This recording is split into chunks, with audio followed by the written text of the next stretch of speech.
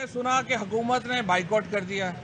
आज सुबह जब अटॉर्नी जनरल पेश हुए, उनके साथ फारूक नायक पेश हुए, उनके साथ अकरम शेख साहब पेश हुए, तो अदालत ने उनसे एक स्पेसिफिक सवाल पूछा कि हम तो मीडिया में पढ़ रहे हैं कि आपने बाइकआउट कर दिया है, तो अब आपकी क्या पोजीशन है? और तीनों ने ये कहा कि नहीं सर, ये मीडिया ने गलत रिपोर्ट किया है, हम तो बाइकआउट नहीं कर रहे, हम तो बड़ा एहतराम करते हैं जजेस का। और उसके बाद जज साहब ने कहा कि अलामिया पढ़ लें, और उन्होंने कहा नहीं अलामिया भी ना पढ़ें, उसको छोड़ें, आप जो है वो हमारे आर्गूमेंट सुने, और हमारे कुछ आर्गूमेंट्स हैं। सो पहले इन 2 दिनों में या 3 दिनों में हुकूमत ने जो पोजीशन ली थी मीडिया के ऊपर कि हम बाइकआउट कर रहे हैं, ये हुकूमत उससे पीछे हट गई। उसके बाद ड्यूरिंग दी आर्गूमेंट्स उन्होंने कहा फायज ईसा साहब का जो फैसला है उसके ऊपर जो सर्कुलर आया है रजिस्ट्रार साहब का, वो दुरुस्त नहीं है, तो आप ये मुकदमा होल्ड कर दें। और तीसरी पोजीशन उन्होंने ये ली कि नहीं जनाब, आप इसके ऊपर फुल कोर्ट बना दें। तो फिर जज साहबान ने यह सवाल पूछा अटॉर्नी जनरल साहब से कि आप बताइए, पहले अपना जहन क्लियर करें कि आप चाहते हैं कि ये मुकदमा पोस्टपोन कर दिया जाए या कि हम फुल कोर्ट बनाएं। उसके बाद अटॉर्नी जनरल साहब ने कहा कि उसके बाद खैर उनको जवाब नहीं आया कि मैंने फौरी तौर पे क्या बात करनी है।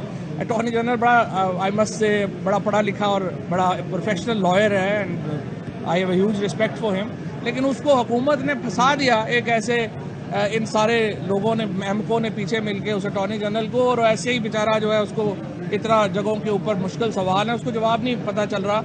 उन्होंने कहा आप एक तरफ कह रहे हैं कि आप मुकदमा ना सुने, दूसरी तरफ कह रहे हैं जी आप मुकदमा सुने और फुल कोर्ट बना दें। और फुल कोर्ट में फिर चीफ जस्टिस साहब ने उनको कहा कि देखें, जो जज साहबान पहले रिक्यूज कर चुके हैं वो फुल कोर्ट में आप कैसे बैठेंगे?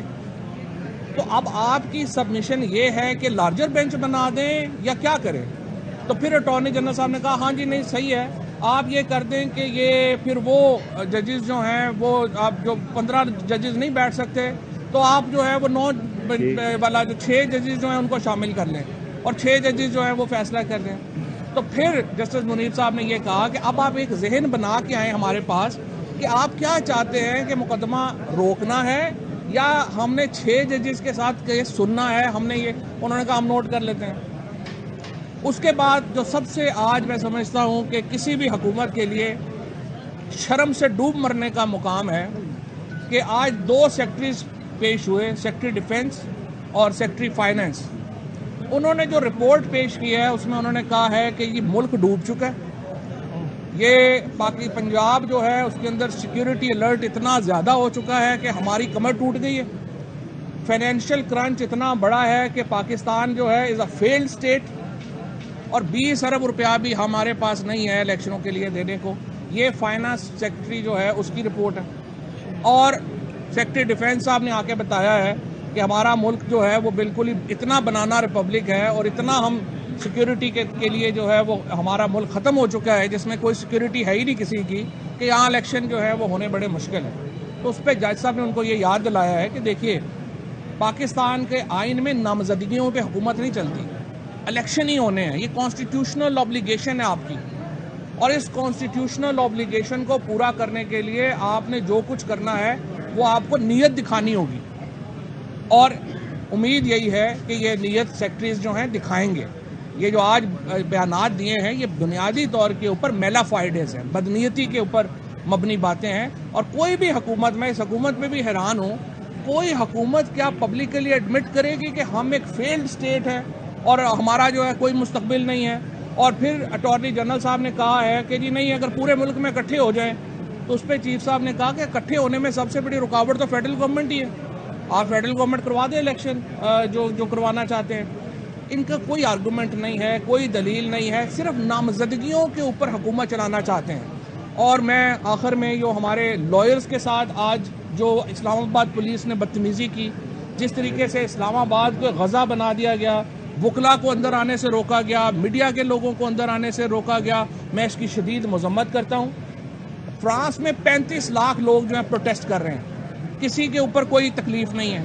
पाकिस्तान में वकीलों को अदालतों में नहीं आने दिया जा रहा, लेकिन इसके बावजूद मैं पूरे पाकिस्तान की लॉयर्स कम्युनिटी का शुक्रिया अदा करना चाहता हूँ बार एसोसिएशन का शुक्रिया अदा करना चाहता हूँ। जिस तरीके से जिस बड़ी तादाद में आज वकला बाहर निकले और उन्होंने आइन के साथ और सुप्रीम कोर्ट के इदारे के साथ अपनी यकजहती का इजहार किया, ये पाकिस्तान के रोशन मुस्तकबिल की उम्मीद है। अब इंशाल्लाह तकरीबन 20 मिनट के बाद दोबारा बेंच जो है वो अपनी हियरिंग शुरू कर रहा है और उम्मीद रखनी चाहिए कि आज हियरिंग मुकम्मल हो जाए और आज फैसला हो जाए, तो यही पाकिस्तान के लिए बेहतर है।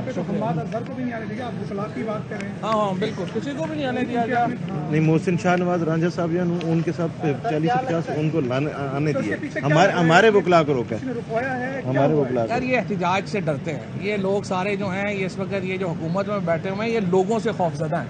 ये तो बाहर बैठ के जाके खाना नहीं खा सकते, ये लोगों को कहाँ फेस अच्छा फवाद साहब जी देखिए, ये चीफ जस्टिस साहब का प्रेरोगेटिव। अच्छा फवाद चौधरी साहब, अगर 3 रुकनी बेंच फैसला देता है, हुकूमत नहीं मानती, तहरीक इंसाफ ऐसी सूरत में करेगी क्या? नहीं, अपना बात यह है कि हमारा जो आइन है ना, उसके अंदर बाइकॉट, हुकूमत का नाम मानना, ये कॉन्सेप्ट हमारे आइन के लिए अजनबी है।